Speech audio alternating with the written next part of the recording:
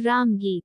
Sarojini Naidu. A lead in. विवाह व्यक्ति के जीवन की एक महत्वपूर्ण घटना है। माता पिता अपने बच्चों को देखना चाहते हैं। खुशी खुशी शादी की और घर बसा लिया। हालांकि इस कविता में एक युवा लड़की शादी नहीं करना चाहती है। लड़की ऐसा फैसला क्यों लेती है, यह जानने के लिए कविता पढ़ें। बी। आइए कविता सुने। आपके शिक्षक कविता को जोर से पढ़ते हैं। किताब खोले बिना उसकी बात सुने। शिक्षक की आवाज, लहजे और भावों को चिन्हित करें। वह कविता फिर से पढ़ती है। अब किताब खोलें और उसका अनुसरण करने का प्रयास करें। उन शब्दों, वाक्यांशों और अभिव्यक्तियों को चिन्हित करें जो आपको आकर्षित करते हैं। अधिक शब्द और वाक्यांश जोड़ें जो आपके मन में आते हों।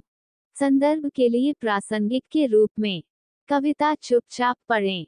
इसे समझने के लिए आप नोट्स और शब्दावली का संदर्भ ले सकते हैं। मूल पाठ। सी पाठ। प्रिय बच्चे, तुम कहाँ जा रहे हो? क्या आप अपने सारे गहने हवा के झोंके में फेंक देंगे? क्या तुम उस माँ को छोड़ दोगे जिसने तुम्हें सोने का अन्न खिलाया है? क्या आप उस प्रेमी को दुखी करेंगे जो आपसे विवाह करने के लिए आगे आ रहा है? मेरी माँ, मैं जंगली जंगल में जा रहा हूँ, जहाँ चंपा की डालियों पर चंपा की कलियां उड़ रही हैं। कोयल प्रेतवाधित नदी द्वीपों में जहाँ कमल के फूल चमकते हैं। परियों की आवाजें मुझे बुला रही हैं, हे सुनो। मधु बालक, संसार आनंद से भरा है। दुल्हन गीतों और पालने गीतों और चंदन सुगंधित फुर्सत के।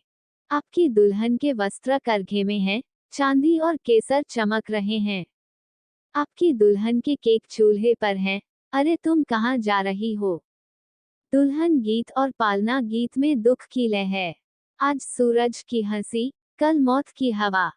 जहाँ वन धाराएं गिर रही हैं, वहाँ वन स्वरों की ध्वनि कहीं अधिक मधुर है। हे माँ मेरी, मैं नहीं रह सकता, परी लोग बुला रहे हैं। डी। कवि के बारे में। सरोजिनी नायडू 1879-1949 एक प्रतिभाशाली बालक, स्वतंत्रता सेनानी और कवयित्री थीं। वह 13 फरवरी 1879 को हैदराबाद में जन्म। वह एक विपुल लेखिका थीं। महात्मा गांधी के नेतृत्व में स्वतंत्रता संग्राम में शामिल होने के लिए उन्होंने अपना साहित्यिक करियर छोड़ दिया। वह भारतीय राष्ट्रीय कांग्रेस की अध्यक्ष बनने वाली पहली भारतीय महिला और उत्तर प्रदेश की राज्यपाल बनने वाली पहली महिला थीं। वह भारत की कोकिला के नाम से मशहूर थीं। कविता विलेज सॉन्ग उनकी द गोल्डन नामक पुस्तक में छपी। थ्रेशोल्ड पहली बार डोडो प्रेस, लंदन, 1905 द्वारा प्रकाशित। 1949 में उनका निधन हो गया। ई। कविता के बारे में।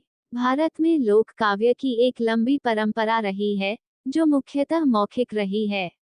ये रीति रिवाजों, विश्वासों, परंपराओं, अंधविश्वासों, लोगों के सामान्य सुखों और दुखों, विशेषकर उन लोगों से संबंधित है। ग्रामीण परिवेश में रहना। इनका व्यवहार प्रत्यक्षता एवं सरलता से किया जाता है। लोक काव्य सामूहिक जीवन प्रस्तुत करना लक्ष्य है। इसका पालन पोषण आम तौर पर भटकते टकसालों द्वारा किया जाता था, इसलिए ये सस्वर पाठनात्मक था। लोकगीत पाठक से अत्यधिक मांग नहीं रखते, और उनकी सादगी, शब्दावली और कल्पना रोजमर्रा के दृश्यों और दर्शनीय स्थलों से ली गई है। सरोजिनी नायडू ने पारंपरिक लोक कविता के इन सभी गुणों को अपनी कविताओं में समाहित किया है। इस कविता में एक माँ की आवाज है जो अपनी बेटी से अपने मंगेतर के आने का इंतजार करने की विनती कर रही है, और उस बेटी की आवाज है जो जंगल में भाग जाना चाहती है और बच्ची बनकर रहना चाहती है। Please subscribe, like, comment, share and don't forget to click on the bell icon. कृपया सब्सक्राइब करें, लाइक करें, कमेंट करें, शेयर करें और बेल आइकन पर क्लिक करना न भूलें।